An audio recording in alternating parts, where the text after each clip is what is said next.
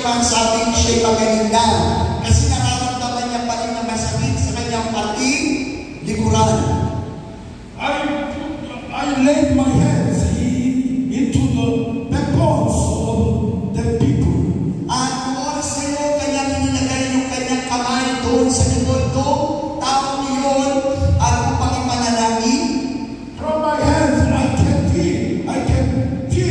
could feel some move. The bone was moving, and smooth, and cured. Finally, he said, I was healed. Amen. At kung oras na yun, nararamdaman niya yung init. Amen. Sa kanyang kamay, habang nilalagay niya doon sa taong iyon, at nararamdaman niya na unti-unting pinagagaling ng Diyos. Amen. That's why these hands can be just like the knife of the doctor. Kaya nga po itong kamay na ito ay isang buhay ng isang doktor. Ang kamay na ito. Amen po ba? If I lay my hands in this part, this part can be cured. Halimbawa kung nilalagay niya po yung kanyang kamay dito banda, agad-agad gumagaling yung tao. Somebody has a problem in this part or this part. It can be boiled and burned and smooth, getting smooth, and so this is the worst spirit. Amen. Halimbawa, nilalagay niya yung kamay niya rin sa parting ito at unti-unti nararamdaman niya na parang umugulong pag-init na kung saan nagbibigay ng kagalingan unti-unti sa tao niyo. Lady can have over 40. The lady, her age over 40 can have some problem. This is cancer of this part. Meron din isang babae na pwede kabagda, pwede may gitna. Meron po siyang sakit na breast cancer. In the case, I ask you, hold hands like this, and this part, I lay my hands, this part, even the breast can be cured or healed. At sinabi niya po sa babae, ilagay mo ang iyong kamay sa iyong parte ng iyong dibdib. At habang ipinapanalangin niya, nararamdaman ng tao, unti-unting pinagagaling ang cancer sa kanyang katawan. Palagpakan natin ang Panginoon. Amen? A lot of people over 80 can be like this. That one has a difficult problem. They cannot be like this. Yeah. Sa Korea po, may mga matanda po na ganyan na po sila. Hindi na po sila makatayo kasi may problema na baka may osteoporosis na po sila. One end of over 80, 84 in the church like this. Meron po isang matanda po. Meron po isang matandang lalaki, 84 years old, na ganyan na po siya ang kanyang katawan. And this part also crippled and weak. At yung parting dito rin po ay mahina na, mga kapatid, nakagano na po siya. I hear this part, but this part is not stretched out. That's why like this.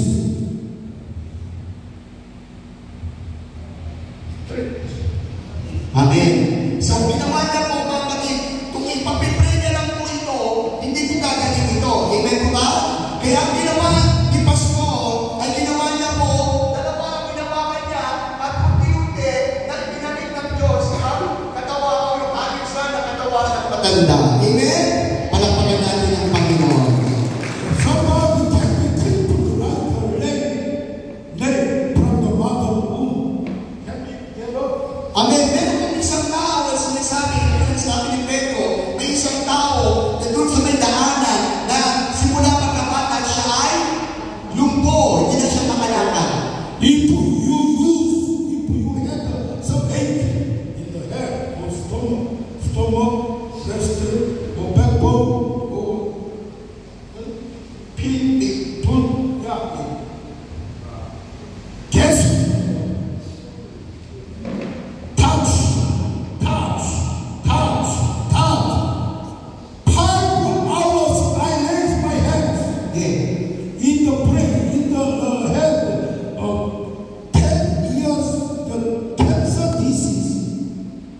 was 5 hours later. 5 hours. 5 hours. In the name of Jesus. Out. I said out. Go out. 5 hours later, she was free. Amen. So sabi niya po mga kapatid, ano ang parte ng ating katawang masakit? Dito, kahit saan man. Kapag ginawakan tayo, kapag ginawakan ang ating katawan, at mga oras, pray tayo ng pray. Tayo po'y pagagalingin ng Diyos. Alam pa kami natin ang Panginoon. My body is 87. 67. So, sa kanya po ay 67 years old. Yeah, I played in the soccer and the taekwondo.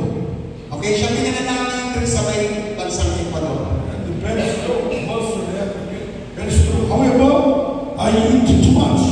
Siya po'y malakas, kumakain siya ng marami. I over 100 kilogram. Kilogram, siya pinagtitimbang ng 100 kilogram. Ayun, kilogram. Stomach like this. Ay, pag tulad dito, malaki. Yeah. Over there. Makati. There's no disease, any disease. Only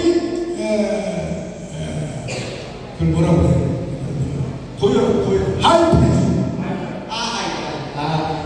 Wala po siyang gano'ng sakit. Only, ano lang po, siya po'y high blood lang. Yeah, I feel some ache in the breast or head Siya po'y nararamdaman. because of high pressure, 160. Siya po'y minsan may nararamdaman sa kanyang dibdib at sa kanyang bato kasi napakataas ang kanyang tubo, 160. Amen?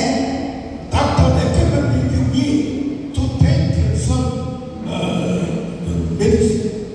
Siya po'y umiinom ng gamot sa kanyang high blood.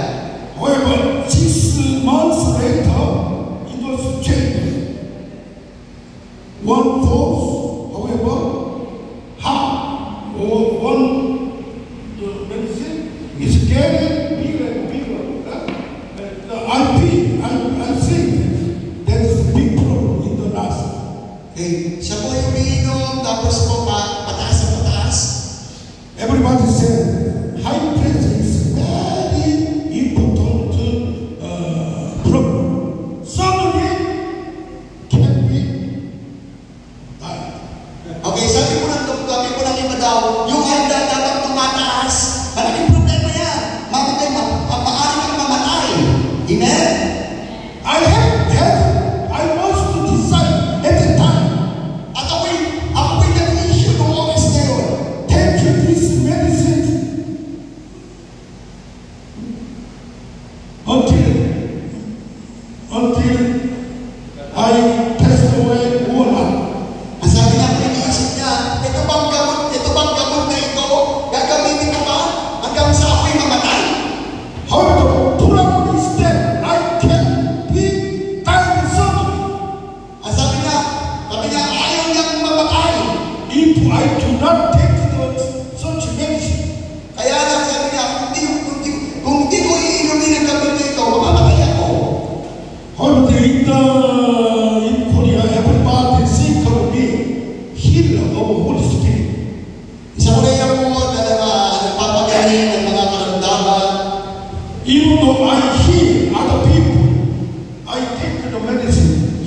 I can accept such a thing. Kahit na ako din nagpapagaling sa mga tao na may mga sakit, pero ako, patuloy kang umiinom ng gamot. Heart attack can be happen anytime. At mangyayari po sa akin, kaya ako nagtatawag na heart attack ko yung pagpagpigil ng aking puso. After I feel strong power from my hands, so many times, anytime I lay my hands in my breast. At nung naranasan ko yung init ng kamay ng aking kamay, at ang oras na yun, dahil yung ginagawa, inilalagay ko sa aking dibdib at pinapanalangin ko. And then I can feel some very mild, very soft very peaceful. Amen. At kapag pinagpintay ko, nararamdaman ko na parang gumagaan at nararamdaman ko ako'y umaayos sa puso. Sometimes I got strong pressure from this part. So, minsan, nararamdaman ko dito may malakas na parang pakiramdam ko na napakabigat. Whenever I lay hands on this part, such a headache can be disappeared. At kapag pag nilagay ko yung aking kamay, pinagpipray ko, at maya-maya nawawala ang sakit ng aking bago. The power of the strength of the fire from my hands getting strong. Okay, yung lakas ng apoy ng aking kamay ay mas lalong umiinit at lumalakas. In the first 5 hours, it can be reduced to 3 hours. It can be reduced to 1 hour. Okay, pag inalagay natin ang ating kamay sa ating katawan, pwede gawin ng Diyos 5 hours, maalis, 3 hours, maalisin niya, 1 oras, maalisin niya ang anumang sakit sa ating katawan. Nowadays, just like this is okay. He can heal. Amen. Just touch. It's okay. Sometimes. Amen. Pwede kong kahit na isang ganun lang, mga kapatid, ay magiging maayos na ang iyong paglamdam. Amen? From the fire of the Spirit, very strong. Even though doctor cannot cure any, there are honorable doctors. Amen. Each part, brain, head, or stomach, or other people. I am the owner of the total hospital. Amen. So, ibig sabihin po ng ating pastor, sabi po, dahil sa pamamagitan ng banal na Espiritu, kahit sa anumang parte ng ating katawan, ay kayang gamutin ng Diyos dahil ang Diyos ang ating doktor sa buhay po natin. That's why you can heal strong power. You can feel strong power, strong fire from the Holy Spirit. Through your hands. Kaya nga itong kamay na to, sa pamamagitan ng banal na Espiritu, ang Diyos ay patuloy na kikilos at gagawa sa inyo at magpapagaling sa ating mga katawan. Palapakan po natin ang Panginoon. How to get the fire of the Holy Spirit? Paano po natin makakamgam ang banal na Espiritu o apoy ng Espiritu? Repeat. Kaya nga po natin magsisi. Confessively. Instead of stopping. Anytime we pray, we should pray. Desire. Amen. Tayo po'y mananalangin. Tayo po'y magsisisi. At tayo po'y mag-aasam na kung ano ang magagawa ng Diyos sa buhay ng bawat isa. Sing a song over the gospel or remind the words of the God over prayer. Amen.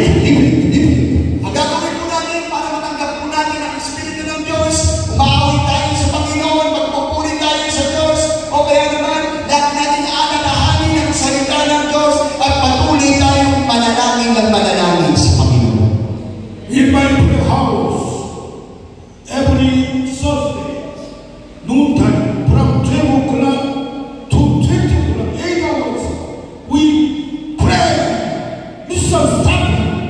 Okay, tuwing Thursday po sa kanilang tahanan, pagdating po ng alas 12 ng tanghali hanggang alas 12 ng gabi, sila'y nagmanalangin ng patuloy sa Diyos. Every Friday in the evening, 10 o'clock, from 10 o'clock to 4 o'clock in the Saturday, 6 hours without stopping, we pray. In other tongues, or Korea, or sing a song, or without stopping. Pagdating naman po ng Biyernes, pagdating ng alas 10 ng gabi, hanggang alas 4 ng madaling araw ng Sabado, ang ginagawa po nila, sila po'y nananalangin, umaawit, nagpupuri, nananalangin sa Diyos. If we pray successfully, repeat, is there any sounds of my voice?